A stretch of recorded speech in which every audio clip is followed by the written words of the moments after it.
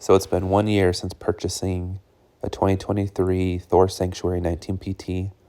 So this is their Thor Sanctuary van layout, but it's on a Ford Transit, and this is a 2022 Ford Transit.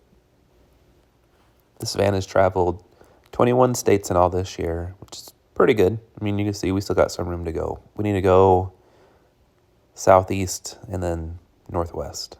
We kind of did diagonal one way, got to go diagonal the other way next year. So the first trip and the biggest trip last year was Route 66. So 4,200 miles.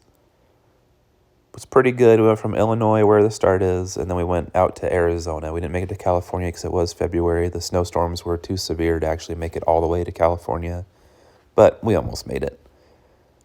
So in 4,200 miles, you learn a lot about the van. So this was called like our shakedown road, made a video about it.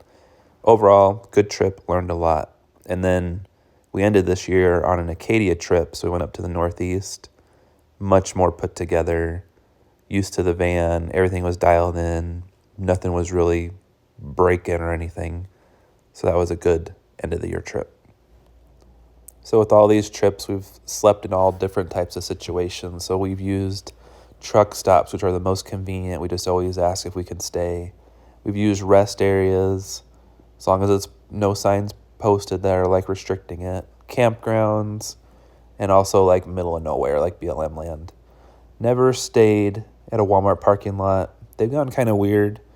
You'll see like they have signs that say no overnight parking, so avoided that. And I think this van has seen every single type of weather condition. I made a video where I drove it in like 8 to 10, 9 to 10 inches of fresh snow just to show like how capable it was. So there's been no issue driving it in any weather. So as far as fuel economy goes, average for the year was 14.8. It varies widely. Like if you have a headwind or a tailwind, you might go like as low as like 10. And as high as I think 20 might have been like my realistically like best one. Had 3 services, $177 between the 3. If you factor in everything, average price per mile is like 26 cents with gas. If I add in the services, it makes it 27 cents a mile. It's like average cost. So breaking down the 3 services, really it's one service that was $100, and then the other 2 services I did myself, and they make up the last 77. So learned a lot the first service. I learned that other people don't pay as much attention as you might. They drove the van through a sign that was across a door frame or a doorway. So this is them trying to reposition the light bar and whatever. But I've learned DIY, do it yourself, is the way to go for service. As far as breakdown and problems go, this is the most current problem. This is a known recall, but no fix yet. But the cameras will sometimes give you a blue screen. This is a Ford Transit problem. Also with the Ford Transit, for some reason, with an update, they deleted the auto start-stop. They fixed the air conditioning problem where it wouldn't defrost correctly, but they deleted auto start-stop, so that needed a wiring harness added. And then the shape of the van creates like a horrible wind noise if you have like a crosswind. Kind of fixed that myself by adding an extra door sill. Made a video for all these things. And then with the Thor Sanctuary part of it, the back part, the camper part, had a problem with the Truma. Just the button was kind of not responsive.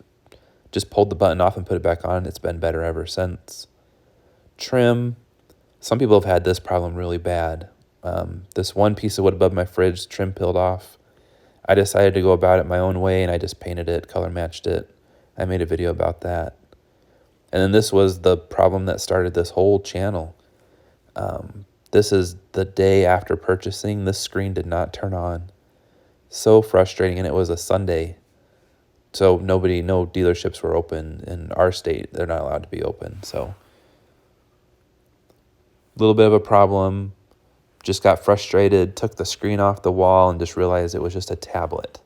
And it was just a power plug had vibrated loose. So frustrating, ruined a little day trip, but easy fix. And then that's when I decided to start making these videos. And over this year, I've done a ton of cosmetic changes. The most labor-intensive one was probably vinyling the back door, and I did the side body trim at the lowest level. Didn't have enough for the hood, but I'll probably do that when it warms back up. The most expensive upgrade was the aluminous tire carrier. This van, as a Sanctuary, they remove your tire, your spare tire, so definitely needs to have an extra tire added to the back. Overall, for the year, having this van has been great. I can't believe, looking back, all the experiences that we've had. Having a Thor RV, they do have like some quality issues, and some RV owners have had way worse experiences than what I've had. I think it is helpful if you do have a little bit of, or if you develop some like DIY abilities. They'll make you a lot happier if you can just take care of all the little things, because that's what it kind of all amounts to. It's a bunch of little things that just accumulate into a big thing. So this next year, we'll have some new places that we go to. I'm sure there'll be new upgrades. I might even consider the new Thor Palladium. That rear bath seems kind of nice, and Thor hasn't scared me away yet. Well, like and subscribe for more, and thanks for watching.